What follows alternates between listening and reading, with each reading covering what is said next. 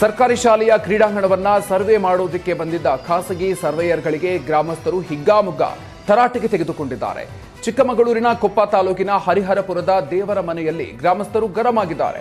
ಗ್ರಾಮ ಪಂಚಾಯಿತಿ ಮಾಜಿ ಅಧ್ಯಕ್ಷನಿಂದ ಕ್ರೀಡಾಂಗಣ ಜಾಗ ಕಬಳಿಕೆ ಮಾಡೋದಕ್ಕೆ ಸರ್ವೆ ಮಾಡಿಸ್ತಾ ಇದ್ದಾನೆ ಅನ್ನುವಂಥ ಆರೋಪ ಕೇಳಿ ಬಂದಿದೆ.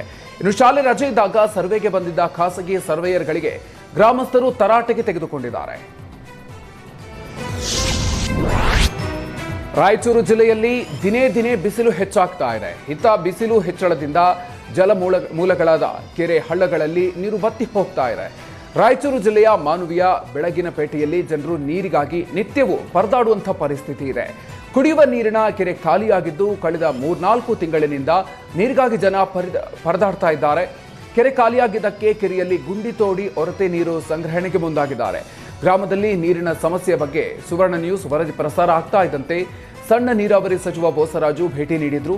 ಆದಷ್ಟು ಬೇಗ ಗ್ರಾಮದ ನೀರಿನ ಸಮಸ್ಯೆಯನ್ನ ದೂರ ಮಾಡುವುದಾಗಿ ಭರವಸೆಯನ್ನ ನೀಡಿದ್ರು. ಆದರೆ ಈಗ ಸಚಿವರು ಭೇಟಿ ನೀಡಿ ಭರವಸೆ ಕೊಟ್ಟು 2 ತಿಂಗಳಾದ್ರೂ ಗ್ರಾಮದ ಜನ ನೀರಿಗಾಗಿ ಪರದಾಡೋದು ಮಾತ್ರ ತಪ್ತಾ ಇಲ್ಲ.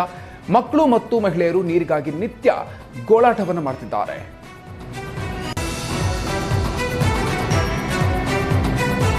ಕಿಡಿಗೇಡಿಗಳು ರಾತ್ರೋರಾತ್ರಿ ಆಳೆತ್ತರ ಬೆಳೆದಿದ್ದ 80 ಅಡಿಕೆ ಮರಗಳನ್ನು ನಾಶ ಮಾಡಿದ್ದಾರೆ. ತುಮಕೂರು ಜಿಲ್ಲೆ ಗುಬ್ಬಿ ತಾಲೂಕಿನ ಹಾಗಲವಾಡಿ ಬಳಿಯ ಶಿವರಾಂಪುರ ಗ್ರಾಮದಲ್ಲಿ ಘಟನೆಯಾಗಿದೆ. ರೈತ ತಿರುಮಲಯ್ಯ ಅನ್ನೋರ ತೋಟಕ್ಕೆ ನುಗ್ಗಿ ಕಿಡಿಗೇಡಿಗಳು 80 ಅಡಿಕೆ ಸಸಿಗಳನ್ನು ನಾಶ ಮಾಡಿದ್ದಾರೆ. ಈ ಹಿಂದೆಯೂ ತಿರುಮಲಯ್ಯ ಬೆಳೆದಿದ್ದ ಮೆಡಿಸಿನ್ ಸೌತೆಕಾಯಿ ಬೆಳೆಯನ್ನು ಕಿಡಿಗೇಡಿಗಳು ನಾಶ ಮಾಡಿದ್ರು. ಈ ಬಗ್ಗೆ ಚೇಳೂರು ಪೊಲೀಸ್ ಠಾಣೆಗೆ ದೂರು ನೀಡಿದ್ರು. ಏನು ಪ್ರಯೋಜನ ಆಗಿಲ್ಲ. ಯಾವೊಬ್ಬ ಪೊಲೀಸ್ ಕೂಡ ಸ್ಥಳಕ್ಕೆ ಬಂದಿಲ್ಲ.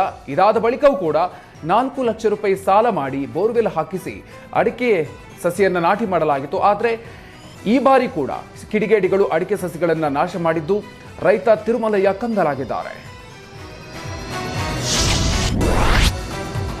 ಸದಾ ಒಂದಿಲ್ಲ ಒಂದು ಎಡವಟ್ಟಿನಿಂದ ಸುದ್ದಿ ಆಗ್ತಲೇ ಇರುವ ಬಂಡೀಪುರ ಅರಣ್ಯ ಸಿಬ್ಬಂದಿಯ ಮತ್ತೊಂದು ಎಡವಟ್ಟು ಬೆಳಕಿಗೆ ಬಂದಿದೆ.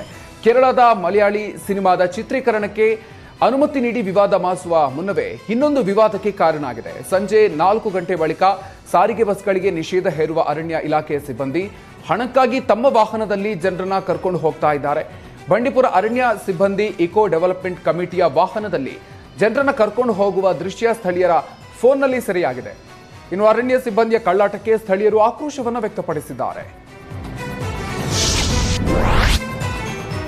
ಪ್ರಯಾಣ ದರ ಏರಿಕೆ ಬಳಿಕ ಮೆಟ್ರೋ ಪ್ರಯಾಣದಿಂದ ದೂರ ಉಳಿದಿದ್ದ ಬೆಂಗಳೂರಿಗರು ಮತ್ತೆ ಮೆಟ್ರೋದತ್ತ ಮುಖ ಮಾಡಿದ್ದಾರೆ.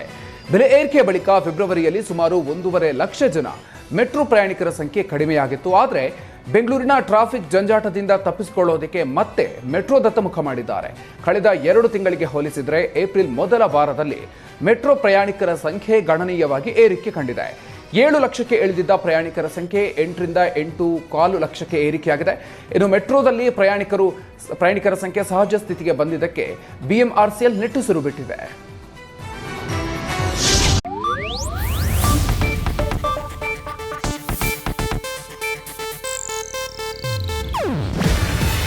ಇದು ಏಷ್ಯಾನೆಟ್ ನ್ಯೂಸ್ ನೆಟ್ವರ್ಕ್ ಪ್ರಸ್ತುತಿ.